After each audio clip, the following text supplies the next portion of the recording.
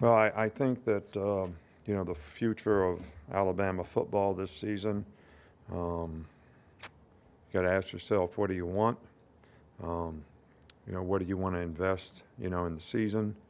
And I think, staying in compliance with, you know, some of the issues relative to health and safety for players has got to be of the utmost importance, and we're going to continue to try to emphasize that to keep the players, out of the virus's way. And I think the second thing is you really got to deal with what's in front of you, knowing that, there's been a lot of, you know, things that happen that, create some changes. Um, but this is the way you play. You focus on the next play, you focus on today, you focus on this game. Um, and I think that's really what's important for our team to do right now. I think they've done a really good job, of doing that. We had a good week last week. Everybody stayed, kind of focused and on point. So we want to continue to do that. Um, I think Mark Stoops has done a really good job, at Kentucky. They've got a good team. They have 15 starters coming back from last year's team. They're, I think, first in, pass defense in the SEC. They're second in rushing. They run the ball very effectively. They got really good quarterbacks. Really good running backs. Their quarterbacks are very athletic and can run, create a lot of quarterback run issues, for you. Number 6, Ali, is a really good receiver. A very good return man as well. They've got really good specialists.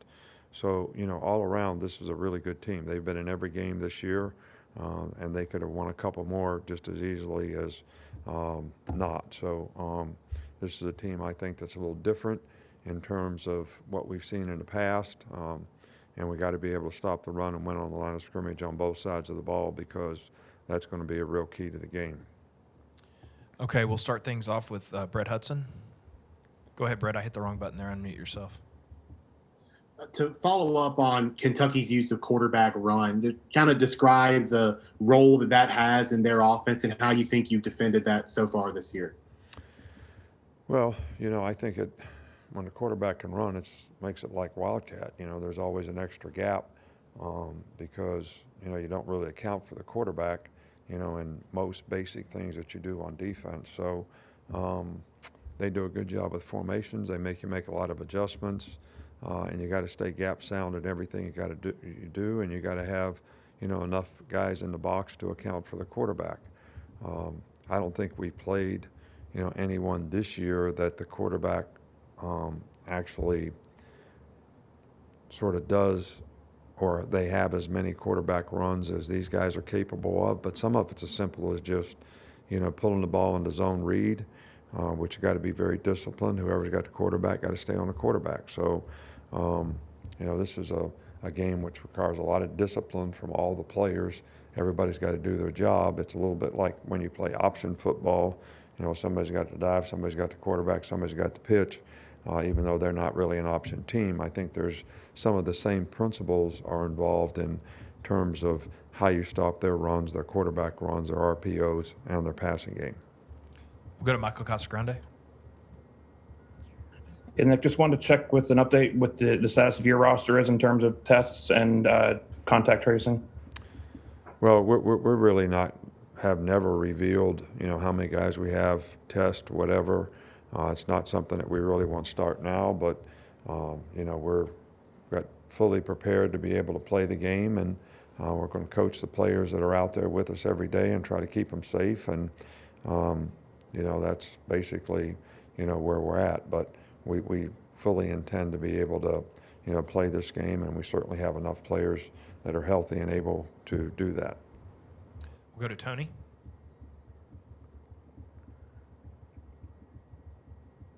Go ahead, Tony. Okay, we'll go to Steven real quick. Tony, we'll come back to you. Hey, Coach, you've always been one for attention to details, playing with purpose and focus on the field. But when you see your guys bond together in the locker room, bond together off the field, have fun with football, even off the field, what does that do for you as a coach, having those players that really love and appreciate each other? Well, I think that's what you always, strive for in terms of team togetherness and, guys staying together as a group. I think you can always accomplish more when you have togetherness on your team. That's, everybody, puts the team first. You're kind of out of yourself and into the team. And this group has been that way for the most part. And I really enjoy coaching them because of that. And I think that's helped them stay focused as well. Because they have goals and aspirations for what they want to accomplish. They do it together. They hold each other accountable, and that's really a positive thing for us. Okay, we will go to Charlie Potter. Hey, Coach. I know you guys obviously wanted to play this past weekend, but just how beneficial is it to get 2 weeks off to kind of rest after that 6-game stretch and to prepare for another stretch of SEC games? I don't think that there's pluses and minuses, and we had a bye week, so we were ready to play, and I think the players want to play. I think they want to create value in terms of how they improve as a team, and I also think there's a lot of individual players that want to create value for themselves, and the only way they can do that is really play games. And I don't think, I think playing too many games in a row is really what wears your team down physically and psychologically. And, these add-ons, if we were in a normal season, this would be the 11th week of the season. So, we've practiced just about as much as it would have been if we were in the 11th game of the season. So I think physically we've been able to take care of our players. I think psychologically is the real challenge for them to be able to stay focused on the things they need to do to continue to improve and to play at a high level, especially when we're basically halfway through the season. We'll go to Mike Rodak. With the SEC adding the provision last week that they can change the schedule up until Monday night each week, how does that affect how you approach Sundays and Mondays in terms of preparation for each It really game? doesn't. It's like I said in the beginning of this, you got to focus on what's in front of you. Right now, we're supposed to play Kentucky. That's what we're focused on. That's what we're getting ready to prepare for. If that changes, we've got to be ready to adjust. But, so we don't control that. We can't control that. We can't control what we do every day. And that's what we're trying to stay focused on. Okay, we'll go to Ryan Hennessy. Hey, Coach. 1 year ago today was the injury that Tua went down with. What has this year been like for you as a coach to see his success, and how proud are you to see him doing well in the NFL? Well, I actually got to watch him play yesterday for the first time, and I thought he played very well. I was really proud of him. I made some really good throws, led the team to victory, moved them down the field, answered the bell when they needed to, in the fourth quarter. So always makes me proud for every player that we have in the NFL to see him do well. And, that's what the program's all about, trying to help these guys improve and fulfill their dreams of what they want to do in the future on and off the field. And it's always very self-fulfilling to see, guys having success doing that. Okay, we'll go back to Tony, see if his mic's working. Hey, can you guys hear me? Yeah, we got you. Okay, yeah, Coach. What about Najee Harris's game makes him so good in the receiving part of the game, and how does that ability help open up the rest of your offense?